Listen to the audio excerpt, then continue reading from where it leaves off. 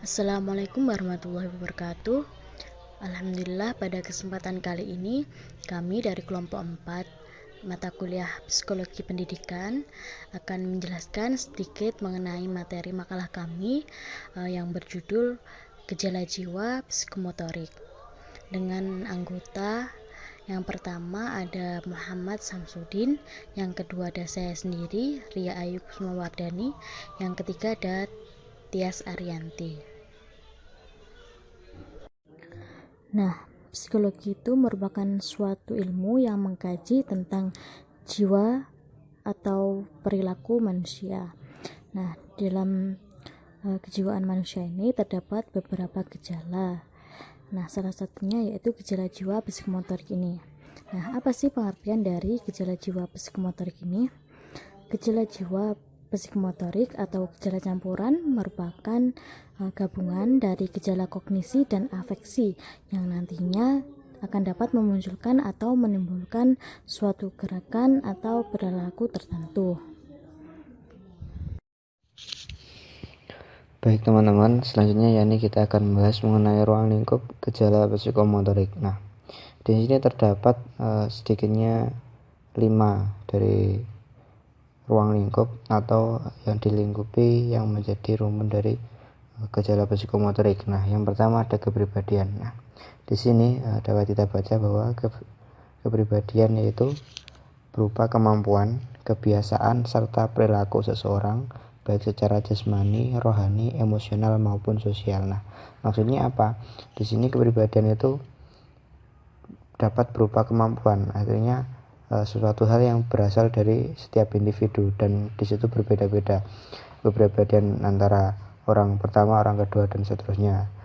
Di dalamnya juga terjadi secara jasmani, rohani dan juga bisa juga dalam bentuk emosional maupun tindakan sosial. Nah, di situ bisa dikatakan sebuah kepribadian yang mana di situ menjadi sebuah gejala dari suatu psikomotorik dari seseorang. Terus lanjut yang kedua ada kelelahan.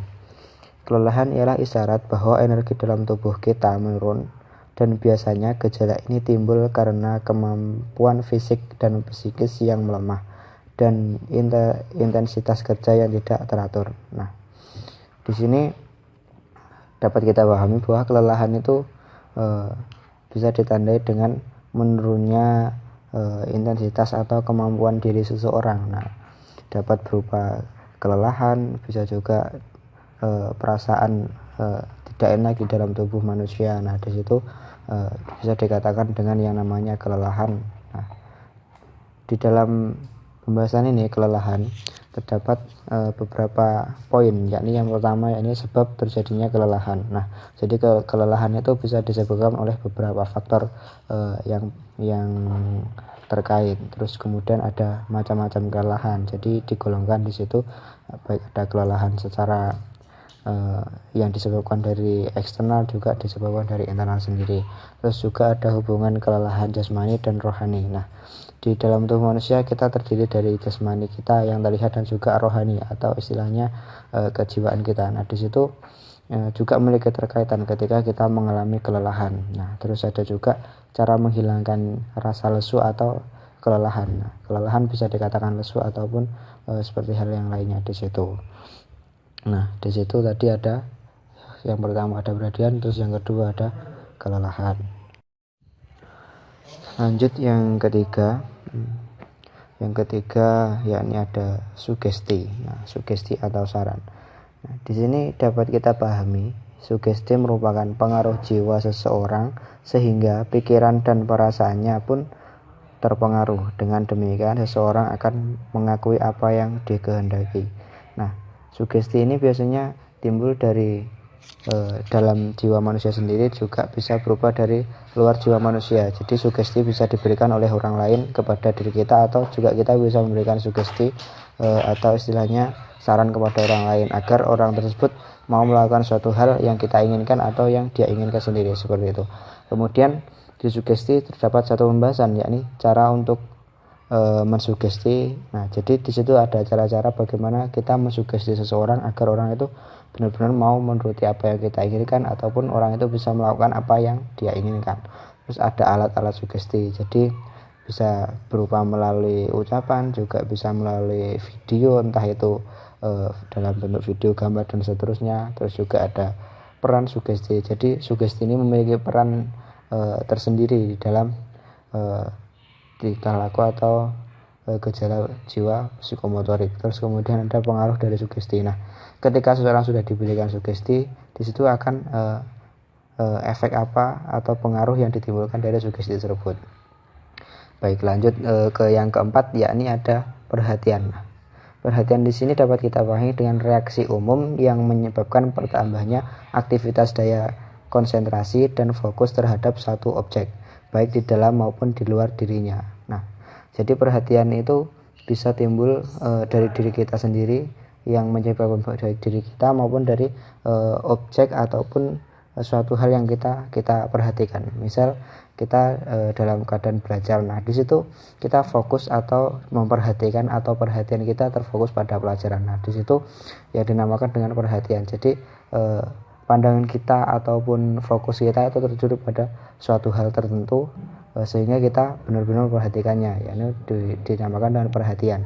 Kemudian topik pembahasan atau fokus pembahasan dari perhatian di sini mencakup yakni syarat-syarat agar diperhatikan mendapat manfaat. Nah, di situ di dalam gejala jiwa psikomotorik, di situ juga memiliki sebuah syarat sesuatu hal itu yang diperhatikan atau perhatian itu harus memiliki manfaat. Jadi jangan sampai suatu hal yang diperhatikan itu tidak memiliki manfaat, atau bahkan di situ justru merugikan. Nah, jangan sampai seperti itu. Kemudian ada jenis-jenis perhatian. Nah, jadi perhatian itu digolongkan menjadi beberapa faktor, yang disebut dengan jenis-jenis.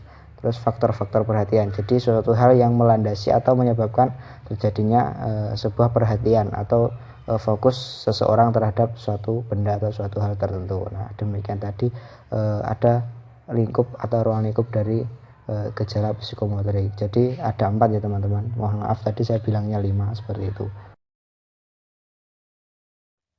Baiklah, materi atau pembahasan yang selanjutnya yaitu aspek atau tahapan hasil belajar psikomotorik.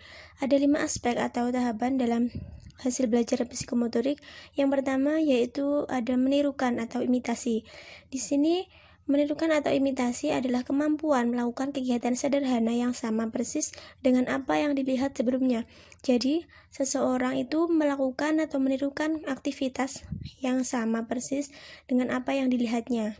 Yang kedua, ada manipulasi, yaitu kemampuan melakukan kegiatan sederhana yang belum pernah dilihat, akan tetapi berdasarkan pada pedoman saja atau pada petunjuk saja. Yang ketiga, ada ketepatan atau persisi, yaitu apabila seseorang telah melakukan persisi dengan baik, maka akan dapat menghasilkan produk kerja yang tepat. Yang keempat, ada pengalamiahan. Dalam tahap ini, seseorang akan lebih mampu menguasai hal yang telah diajarkan dan dapat melakukan modifikasi dan menyesuaikan dengan keterampilan yang dimiliki masing-masing. Yang kelima, yang terakhir, ada artikulasi. Seseorang dapat menciptakan gerakan atau hal baru yang sesuai dengan kreativitas masing-masing berdasarkan apa yang telah diperoleh dalam proses pembelajaran.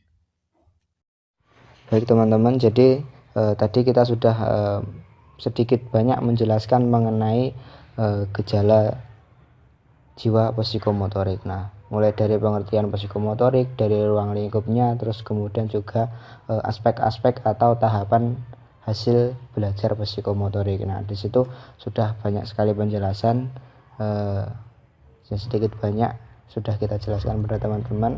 Mungkin bisa diambil pemahaman dari situ. Mungkin dari kami hanya itu yang bisa kami sampaikan. Mungkin masih banyak sekali kesalahan-kesalahan.